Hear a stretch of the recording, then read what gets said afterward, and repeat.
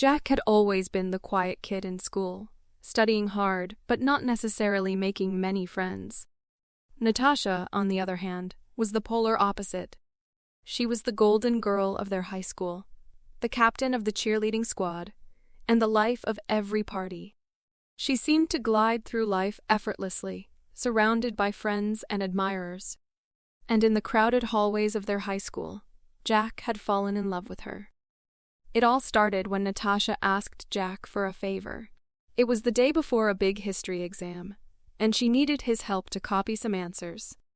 Jack, who had been secretly nursing a crush on her, couldn't believe his luck. He eagerly agreed, thinking that this might be the beginning of a beautiful friendship. As weeks went by, Natasha's requests for help continued. She praised Jack for his intelligence and began to call him cool, because he always agreed to her requests for help. Jack was thrilled. He felt like he was getting closer to her, even though she never spoke to him outside of these test-taking moments. And he was never invited to her parties or gatherings. One day, Jack decided he couldn't wait any longer. He mustered up the courage to approach the cool kids' table, where Natasha and her friends were seated, and decided to ask her out on a date. Just as he was about to speak, he overheard one of her friends whispering, "Why do you talk to Jack sometimes?" Natasha rolled her eyes and replied, He's not my friend. I have him wrapped around my finger. He's so silly and gullible, imagine wanting to spend time with him. Jack's heart sank as he backed away, unnoticed by Natasha and her friends. He went home that night and cried, feeling foolish and used. He considered confronting Natasha, but then a new plan formed in his mind. Revenge, he thought, was a dish best served cold.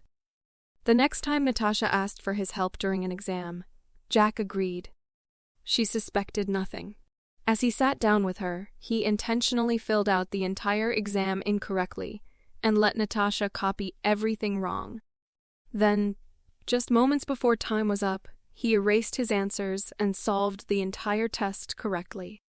When the scores were posted, Jack had earned a perfect 100, while Natasha received a dismal 16, putting her on academic probation.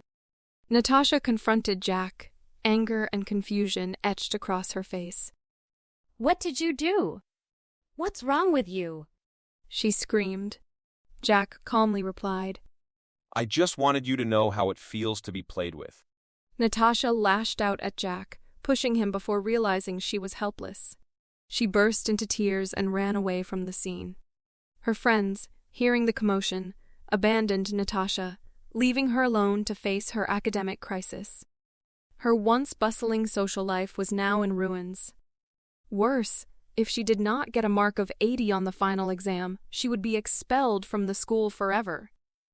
As the final approached, Jack's anger toward Natasha did not go away. He did not care if she failed, he said to himself. After all, she was horrible to him throughout the year. But a small voice in his head disagreed. He couldn't ignore the lessons his parents had taught him about forgiveness. Finally, after thinking hard about how she humiliated him, but how he had really ruined her life, he decided to offer Natasha a lifeline. He approached her one day and offered to tutor her for the final exam. Jack approached Natasha and said, Natasha, I wanted to offer to tutor you for the final exam. Natasha initially declined, saying, No, thanks. I can handle it myself. You've done enough to make my life miserable. But Jack was persistent, insisting, Please, Natasha, let me help. I want to make things right. Reluctantly, with no options and the exam approaching fast, Natasha finally accepted his offer, saying, All right, fine. They began meeting up weekly to prepare for the final. As they spent more time together, Natasha became genuinely interested in why Jack had taken such drastic measures against her. However, Jack remained mostly silent, determined to make amends, but not wanting to get involved with Natasha beyond this. The day of the final exam arrived, and Jack received another perfect score. Natasha, with Jack's help, managed to earn an 84, enough to pass. Jack's conscience was clear, but he knew that their paths were unlikely to cross again. After the final exam, Natasha went back to her old ways, attending parties and regaining her social standing, now that she was no longer on academic probation. Jack, as before, had few friends and retreated to the solitude of his home. One evening, as Jack was lost in thought, there was a knock on his door. To his surprise, it was Natasha. She stood before him, regret in her eyes. I'm so sorry, Jack. I can't believe what I did, and I really shouldn't have.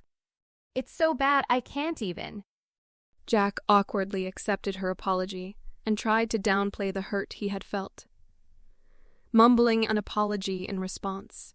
Water under the bridge. I was wrong, too. He extended his arm to shake her hand. Natasha brushed it away and suddenly wrapped her arms around Jack and started crying. Jack, realizing that holding on to hatred had turned him into a person he didn't want to be, hugged her back, shedding a few tears of his own. It was a moment of redemption for both of them, a lesson learned about the power of forgiveness and the importance of empathy. From that moment, they shared a special bond, one born in tears and hurt, but ultimately strong due to forgiveness and trust.